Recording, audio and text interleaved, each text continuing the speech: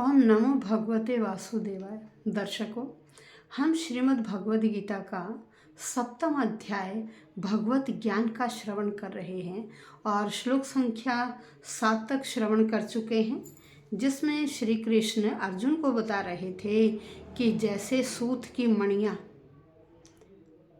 सूत के धागे में पिरोई हुई हों तो उनमें सूत के सिवाय अन्य कुछ दिखाई नहीं देता, ऐसे ही जो मणि रूप परा और अपरा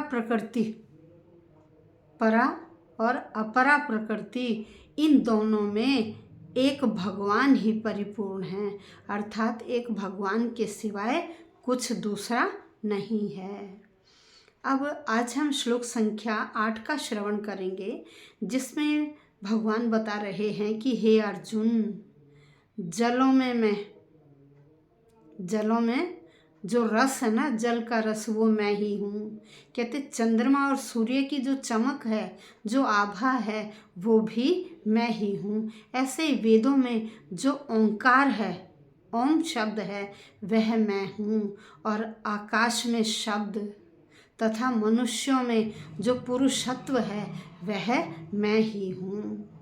तो यहाँ भगवान श्री कृष्ण अर्जुन को बता रहे हैं कि जितनी भी ये चीज़ें हैं, उन सब में मैं ओतप्रोत हूँ। अब आइए श्लोक संख्या 8।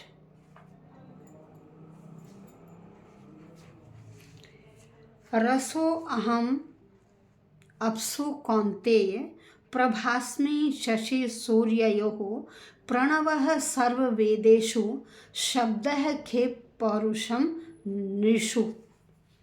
अब देखिए शब्दशः अर्थ है। रस है का मतलब होता स्वाद, अहम मैं, अप्सु जल में मैं क्या हूँ, स्वाद।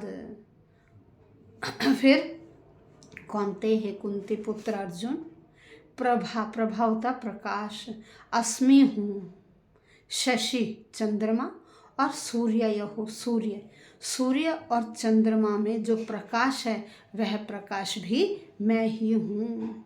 फिर कहते हैं प्रणव है ओंकार में 3 वर्ण हैं, अ उ और मैं, ये 3 अक्षर हैं, इसीलिए इसे क्या कहते हैं, ओंकार। ओंकार सर्व वेदेषु, कहते सभी वेदों में मैं ओंकार हूँ, मैं ओम की ध्वनि हूँ। शब्द है, और शब्द खे आकाश में, भाई आकाश में मैं किस रूप में विचरण करता हूँ, शब्द के रूप में। फिर पौरुषम शक्ति, सामर्थ्य, पौरुषत्व, किसमें, नृषु, मनुष्यों में जो पौरुषत्व है, वह मैं ही हूँ। यहाँ श्री कृष्ण कहते हैं, हे कुंती पुत्र, मैं जल का स्वाद हूँ, सूर्य और चंद्रमा की जो आभा है, वो मैं हूँ। वैदिक मंत्रों में मैं ओंकार हूँ, आकाश में मैं शब्द हूँ या ध्वनि हूँ, और मनुष्यों में मैं क्या हूँ, सामर्थ्य, जो मनुष्यों के अंदर शक्ति है, वो मैं ही हूँ। अब यहाँ भगवान बता रहे हैं कि ये जो श्लोक है, इसमें क्या बता रहे हैं कि भगवान किस प्रकार अपनी परा और अपरा शक्तियों द्वारा सर्वव्यापी हैं, चारों ओर फैले हुए हैं। परमेश्वर की जो ये आरंभिक शक्ति अनुभूति उनकी विभिन्न शक्तियों द्वारा हो सकती है, और इस प्रकार उनका निराकार रूप में हमें अनुभव होता है। जिस प्रकार सूर्य भी क्या है, देवता है, पुरुष हैं, और अपने प्रकाश से वह पूरे जगत को प्रकाशमान रखते हैं, ऐसे ही चंद्रमा भी अपने प्रकाश को संपूर्ण विश्व में फैलाता है। और जल का क्या है, स्वाद, मूलभूत गुण है। कोई भी व्यक्ति देखिए खारे पानी को पीना, समुद्र के पानी को पीना नहीं चाहेगा, कैसे जल को पीना चाहेंगे, स्वाद जल को।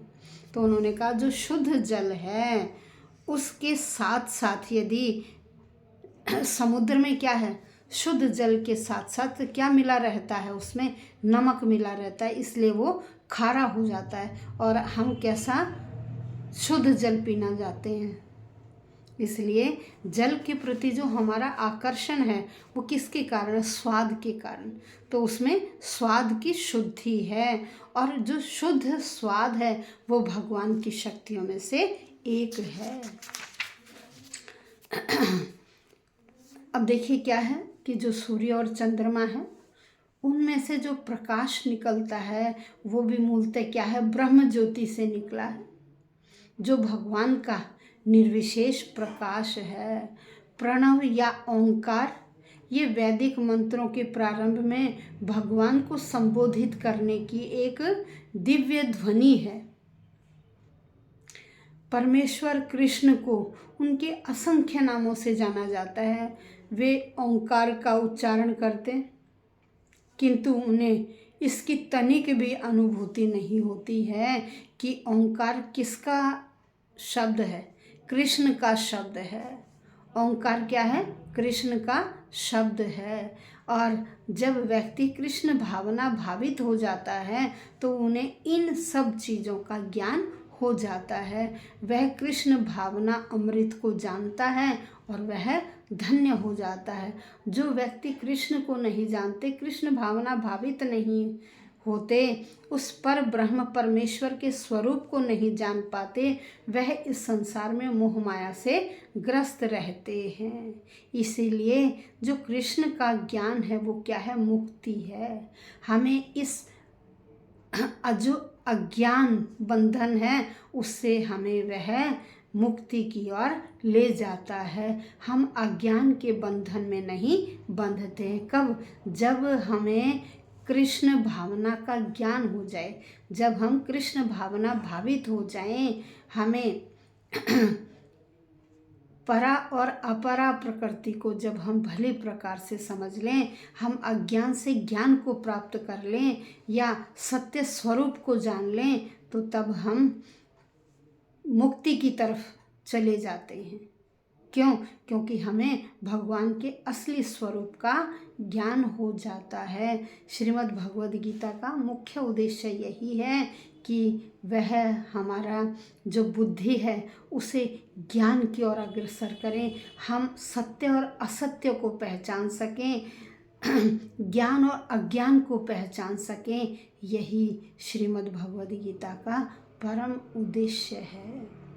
और यहाँ जब कृष्ण अर्जुन मोहित हो गए तो तब कृष्ण उन्हें उपदेश दे रहे हैं कि जो आपका अपना कर्तव्य है, आप अपने उस कर्तव्य का पालन कीजिए। हमें कभी भी अपने कर्तव्य से विमुख नहीं होना चाहिए।